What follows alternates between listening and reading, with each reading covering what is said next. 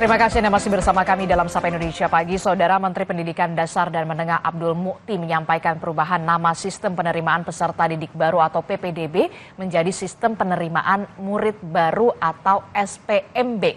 Dalam aturan baru, pemerintah mengubah jalur masuk dan persentase penerimaan murid baru untuk setiap jalurnya.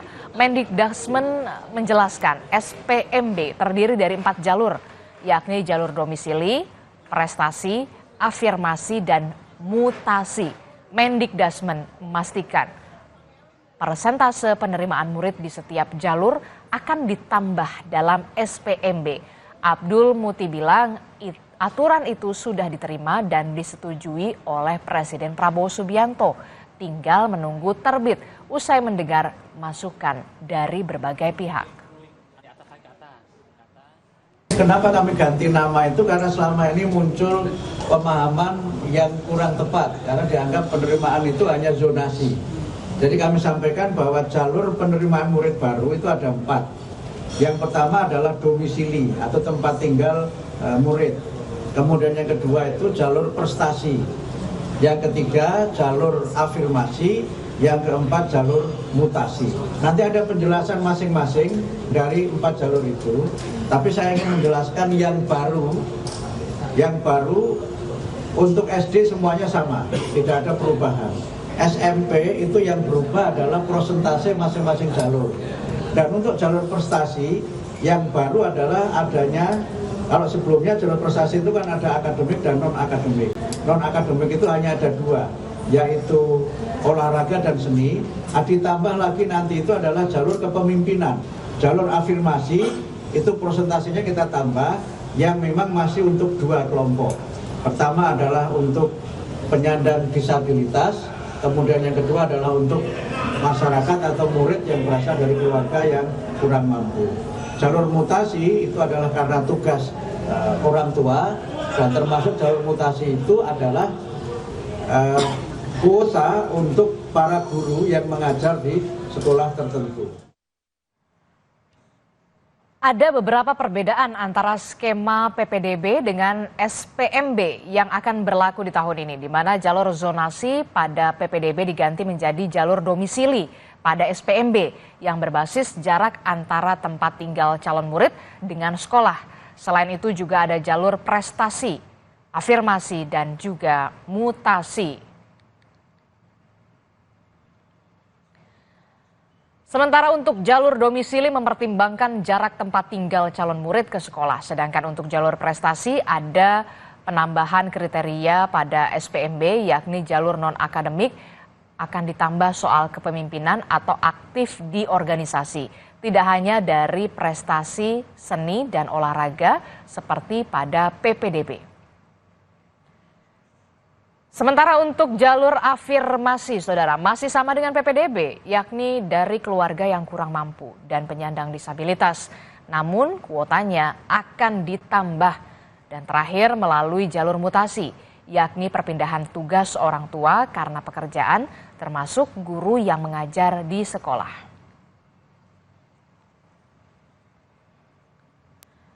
Lebih lengkap soal aturan kebijakan baru ini dari PPDB ke SPMB. Kita bahas bersama dengan pakar pendidikan sekaligus Wakil Rektor 4 Universitas Negeri Surabaya. Sudah ada Pak Martadi melalui sambungan daring. Selamat pagi, Assalamualaikum Pak Martadi.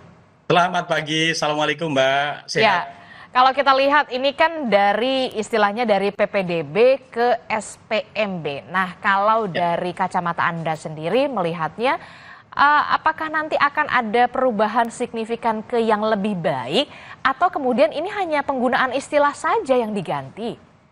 Ya, jadi begini Mbak, tadi mendengar ya apa yang disampaikan oleh Pak Menteri bahwa akan ada perubahan. Pertama adalah terminologi istilah dari PPDB menjadi SPMB. Tetapi jalurnya tetap ada 4 jalur tadi. Yang berbeda kan aspek prosentase ya, kemudian jalur prestasi memberikan ruang untuk kepemimpinan. Ini saya pikir sesuatu yang positif ya, karena memberikan kesempatan kepada para anak-anak yang aktif di organisasi untuk masuk. Lalu afirmasi jumlahnya ditambah. Tambah. Nah, menurut saya di lapangan tentu ini belum bisa menyelesaikan masalah secara sesungguhnya. Belum menyentuh Karena akar apa? masalahnya menurut Anda? Menurut saya yakin nanti masih akan ada banyak hal yang akan ditemui. Memang setidaknya yang teratasi adalah satu sikap manipulatif orang tua untuk mengurus kakak. Itu akan bisa teratasi. Karena sekarang nggak perlu lagi harus memanipulasi kakak, tetapi cukup dengan domisili, meskipun mereka kontrak sangat dimungkinkan. Ini satu yang positif ya, yang positif. Jadi Nah, malah membuka peluang lagi dong. ya, artinya kan yang akan terjadi nanti adalah sebenarnya di setiap daerah itu beda, Mbak. Jumlah anak afirmasinya beda, jumlah sekolahnya beda. Memang sesungguhnya ruang daerah untuk menentukan prosentase di masing-masing jalur yang 4 jalur tadi perlu dipikirkan. Jangan terlalu kaku. Misalnya, kita mematok 30% dari pusat, semua daerah sama. Menurut saya seringkali itu kemudian setiap daerah berbeda.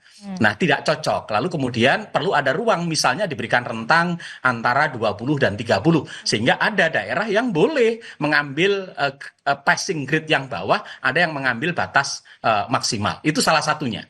Lalu yang kedua, problemnya adalah jumlah sekolah negeri itu memang tidak cukup dan tidak merata.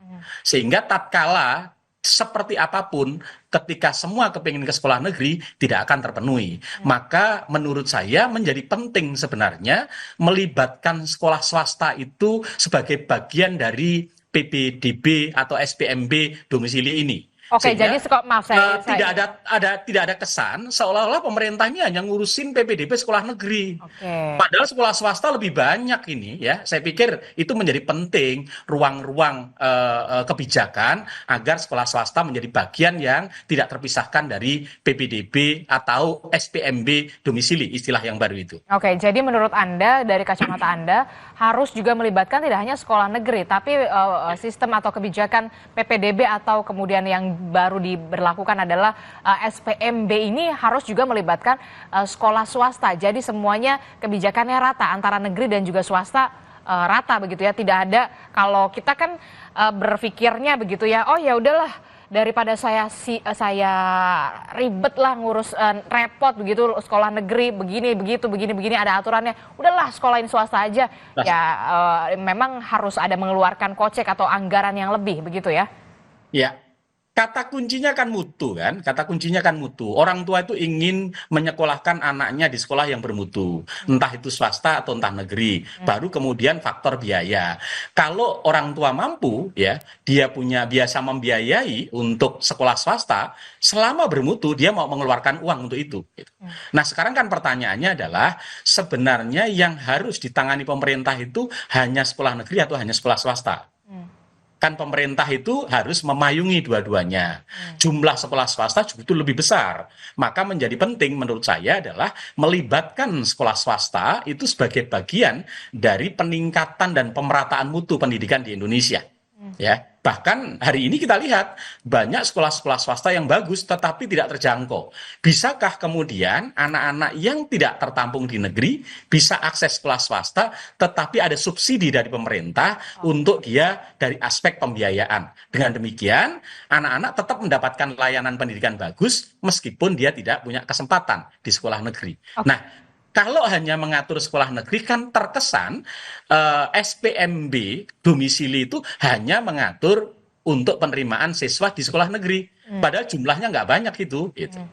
Oke, tapi begini Pak, kalau saya kan dulu ya udah gitu ya, kalau nilai kamunya rendah, UAN-nya rendah, ya udah kamu sudah tahu akan masuk kemana atau tidak akan mungkin masuk ke negeri begitu. Kalau nilai UAN-nya tinggi, kamu bisa masuk ke SMA atau SMP favorit. Nah, kan saya apakah ini tidak diaplikasikanlah saja yang zaman dulu pada saat itu begitu dibandingkan ketimbang soal jalur SPMB ini yang kemudian saya mengatakan kok rumit sekali ya, kok rumit betul ya?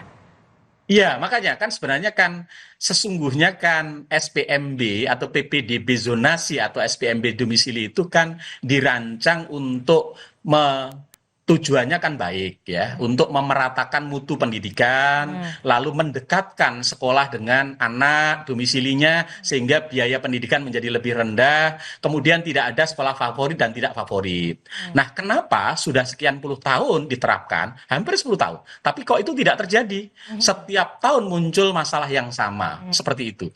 Pasti ada sesuatu yang salah dari kebijakan ini. Ya, menurut saya kata kuncinya sebenarnya ketika ingin memeratakan mutu itu bukan hanya membatasi input saja, tetapi harus jangka panjang melakukan kapasitasi terhadap sekolah agar semakin banyak sekolah yang bermutu dan merata sehingga orang tua semakin punya banyak pilihan untuk menyekolahkan anaknya.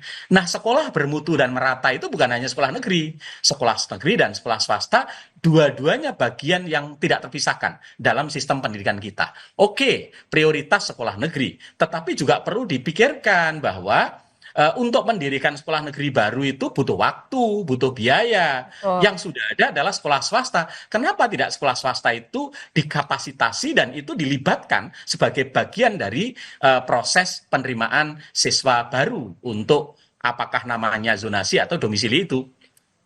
Oke, jadi menurut Anda yang kalau saya ingin bertanya, 3 poin kritis apa dari kacamata Anda yang sebenarnya harus dibenahi supaya kemudian pemerataan mutu sekolah ini merata begitu ya di setiap daerah, selain juga melibatkan sekolah-sekolah swasta dalam kebijakan baru ini, SPMB ini, kalau menurut Anda? Ya, menurut saya ada PR yang lebih substansial untuk bisa menyelesaikan masalah pemerataan mutu ini. Pertama adalah, oke, di awal kita akan melakukan pembatasan penerimaan siswa baru melalui 4 jalur itu. Tetapi yang tidak kalah penting, kita harus by design sekolah-sekolah itu dikapasitasi dan dirancang setiap tahun akan ada sekolah yang bermutu. Didampingi betul dengan baik. Karena nggak akan mungkin kita membuat sekolah bermutu hanya kemudian membatasi inputnya saja. Tidak akan mungkin. Lalu yang kedua, perlu ada mapping sekolah. Posisi sekolah di setiap daerah, wilayah itu merata tidak? Apakah itu sesuai dengan jumlah penduduk yang ada di wilayah itu? Karena ada beberapa kota, wilayah, atau daerah yang jumlah penduduknya padat, tapi sekolah negerinya hanya satu. Nggak mungkin itu. Tapi ada yang jumlah penduduknya sedikit, tapi beberapa sekolah negerinya banyak. Ini kan karena lokasi sekolah tidak sesuai dengan kebutuhan jumlah penduduk yang ada di sana. Butuh pemerataan, maka ada mapping, sehingga nanti akan diketahui mana wilayah-wilayah yang perlu sekolah baru, mana sekolah-sekolah yang perlu di-regrouping, karena memang sekolah ini tidak cukup murid yang masuk di sana. Sehingga zonasi atau domisili itu adalah strategi bagian dari pengembangan kota atau city planning. Karena kota itu dinamis, pertumbuhan penduduk bergeser dan sebagainya. Jadi nggak bisa hanya kita mendasarkan pada sekolah yang ada, kemudian tidak mengembangkan untuk memenuhi agar semua sekolah itu betul-betul merata sesuai dengan jumlah penduduk yang ada di wilayah itu. Oke, jadi kita mengapresiasi memang kalau memang ada apa namanya dari PPDB ke SPMB, tapi Anda melihat akan ada potensi permasalahan yang sama Yang nanti. sama, betul. Kalau memang Akan terjadi berulang nanti.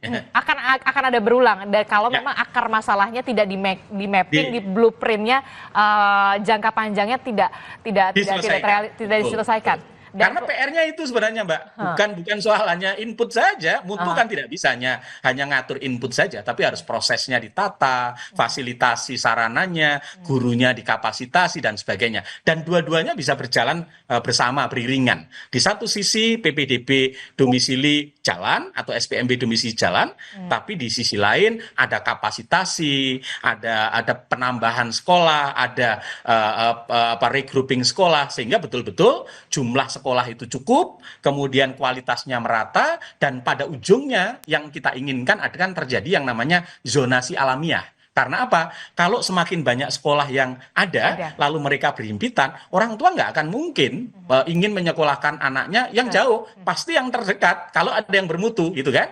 Nah, mereka karena yang bermutu tidak merata, maka mereka berebut ke sekolah-sekolah itu. Oke, jadi bisa dikatakan penggantian istilah dari PPDB ke SPMB, walaupun memang ada kuota-kuota yang ditambah disempurnakan, ini adalah solusi jangka pendek.